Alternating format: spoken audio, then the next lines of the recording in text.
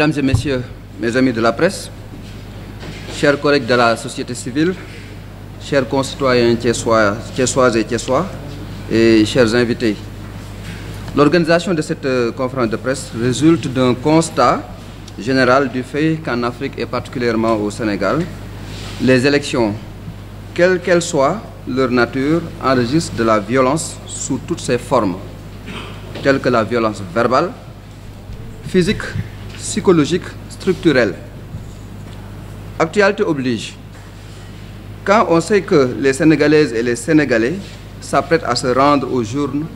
pour renouveler la représentation parlementaire ce 31 juillet, bien souvent, les jeunes sont manipulés par les politiciens malveillants pour générer de la violence dans le but de tacler ou affaiblir un adversaire politique, afin de se faire élire. C'est dans ce cadre et surtout du manque du fair play démocratique existant que la plateforme des organisations de la société civile du nom de Jamil Réumi entend conscientiser les populations en général et les jeunes en particulier pour prévenir la violence et œuvrer dans des élections libres, transparentes et démocratiques. Sachant qu'ils soient la cible des hommes politiques pour la génération de la violence en période électorale. Autrement dit, l'objectif principal de notre rencontre d'aujourd'hui avec la presse est encore de conscientiser les jeunes sur les enjeux politiques en période électorale, comme la violence dont ils sont les principales victimes ou même les auteurs. Par le biais de cette rencontre,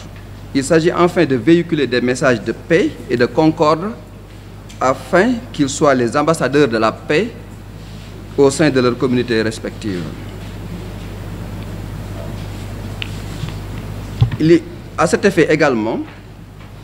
ainsi qu'aux citoyens nouvellement inscrits sur les listes électorales, nous les appelons à aller récupérer leurs cartes d'électeurs qui sont en souffrance au niveau des commissions. C'est le lieu de faire remarquer, pour le déplorer, certaines violences verbales et même physiques perpétrées à l'endroit de certains leaders politiques, notamment à Thiès, sur la personne du maire de la ville, Babacar Diop, pour ne pas le nommer. Tout ceci nous amène à dire que le contexte socio-économique doit être un motif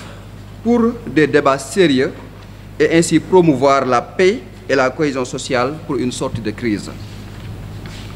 Ce grand rendez-vous doit être avant tout des moments d'échange pacifique avec les populations sur les programmes pour répondre aux attentes des populations. Les politiques ne doivent pas promouvoir la violence à travers des discours chargés de connotations négatives. C'est dans ce contexte, mesdames et messieurs, que la société civile, à travers la plateforme Jamil Réumi, lance régulièrement des appels à tous les acteurs concernés afin qu'ils œuvrent en faveur du déroulement du scrutin apaisé, y compris en veillant au respect des droits de l'homme et des citoyens. Nous invitons en particulier les médias à s'abstenir de tout discours incitant à la haine et à la division.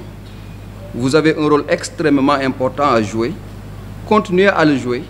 dans le respect des règles d'éthique et de déontologie qui régissent votre corporation. À nos vaillants forces de défense et de sécurité, personne ne vous apprend l'amour de la patrie. La patrie, c'est le peuple que vous avez juré de défendre conformément aux lois et règlements du pays au prix de votre vie. C'est aussi le même appel que nous lançons à l'endroit des autorités administratives et judiciaires. Nous encourageons enfin tous les acteurs du processus électoral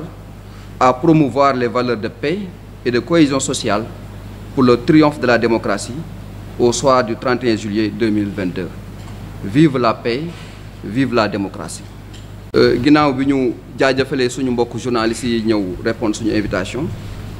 nuyu sargal suñu mbokk ñu ànd ak ñun ci société civile à travers la plateforme Jamil Réumi ak yeneen i kuréel di nuyu suñu mbokk thiessois yi ak thiessois yëpp ak ñëpp ñi xam si ñoo ñuy déglu si jamono bi ñu toll. Tey bu ñu wootee ni dañuy def conférence de presse sabab bi mooy dañoo seetlu ni fii ci Afrique mais lu ko gën a jege fii ci Sénégal à chaque fois suñu naan ni élection rek dañuy gis ni dafay bëri coow dafay bëri ay mbiicoo ak mbaacoo dafay bëri ay xuloo et même sax ay xeex loolu war na tax ñun ñi nga xam ne si tey ñoo ngi ñuy woo élection le 31 juillet ci sénégalais yépp ñu ne nag loolu warul nekk occasion pour que ñu di tomber ci ay violence di xeex di xuloo ba ci dem sax di yëkkante ak loxo di dóorante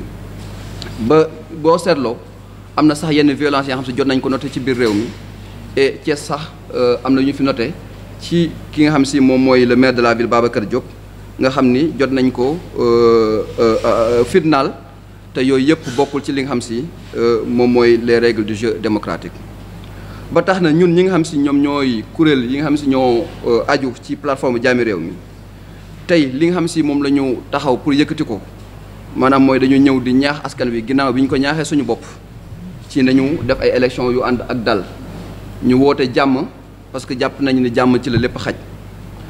ba tax na dañu bëgg ci élections yi ñu jublu ñu dugg ci jàmm génn si ak jàmm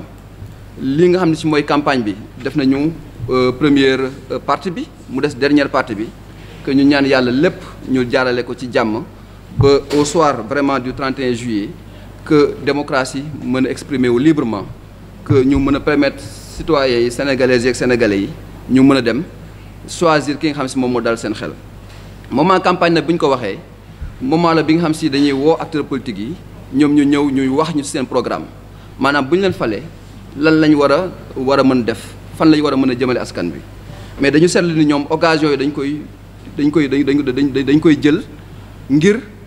di néewal doole seen ay morom wala di ko teg ay yu ñaaw di ko teg ci seen ay dara lu dul pour rek ñoom ñu bàyyikee ñu daal leen di fal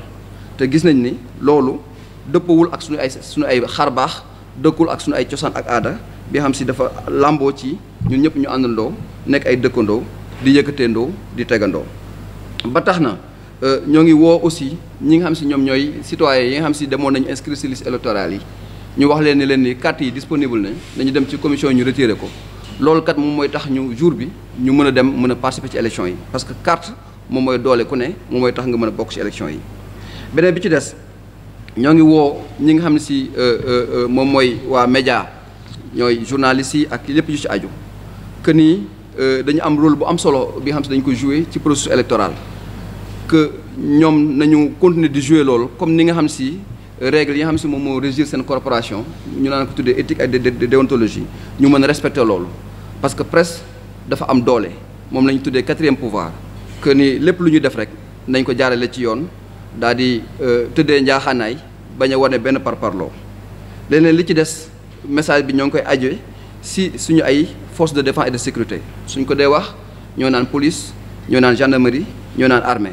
ñoom kat dañoo waat ni ñoom défendre askan wi jaral na leen seen bakkan kon ba tax na toujours dañ leen di ñaaxaat te xam nañ ni ñoom ñoo ñu ko gën a xam sax mais nañu ànd ci li peuple bi décidé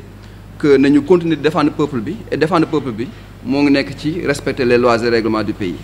même message boobu aussi la ñuy lancé à l'endroit des autorités administratives mais aussi ak les autorités judiciaires et au-delà de ñi nga xam si ñëpp ñoom ñoo bokk ci processus électoral bi pour que ñun ñëpp ñu àndandoo